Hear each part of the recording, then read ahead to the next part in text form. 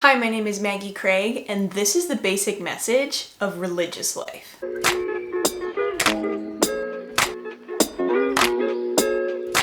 One, two, three, four.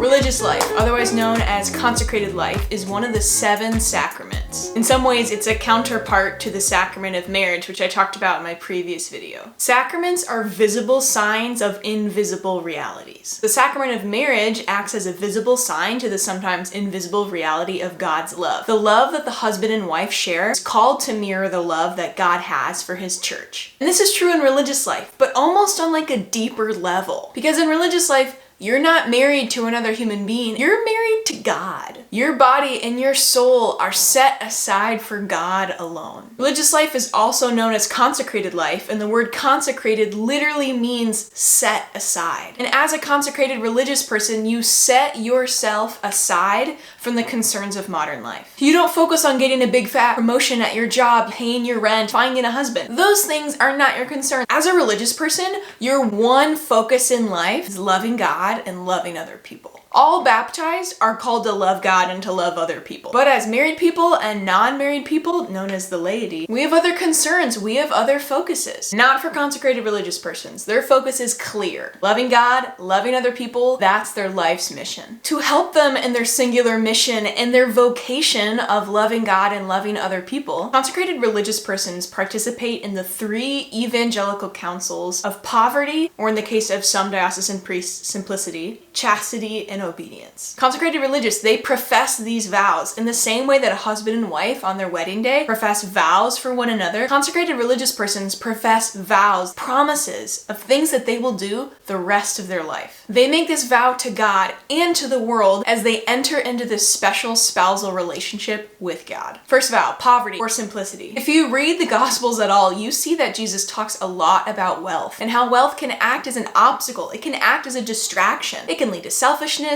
greed, laziness. Consecrated religious persons, they take a vow of poverty or simplicity, not to be distracted by wealth, but to offer all that they have out of love and service for other people. Consecrated religious persons take a vow of chastity. They vow not to enter into sexual relationships. They're not going to get married. They're not going to hook up with someone. They don't have a secret boyfriend or secret girlfriend. Consecrated religious persons are still people. They still have sexual desires, but they successfully integrate their sexuality into the whole of their personhood. Through their vow of obedience, consecrated religious persons vow to be obedient to the will and divine providence and direction of God. And through that vow of obedience to God, they're also obedient to their superior in their religious order. Not to be their slave, but to follow their guidance and to follow their leadership. Consecrated religious are like the gospel tells us to be, little children who just follow the will of God wherever he leads. Yes, the vows of poverty, chastity, and obedience are a big deal, but consecrated religious freely choose to take these vows. They're not being forced into it. Just like a marriage isn't valid if you're forced into it, same thing with religious life. And I don't know of any convents or seminaries who are forcing people to enter. No, these people freely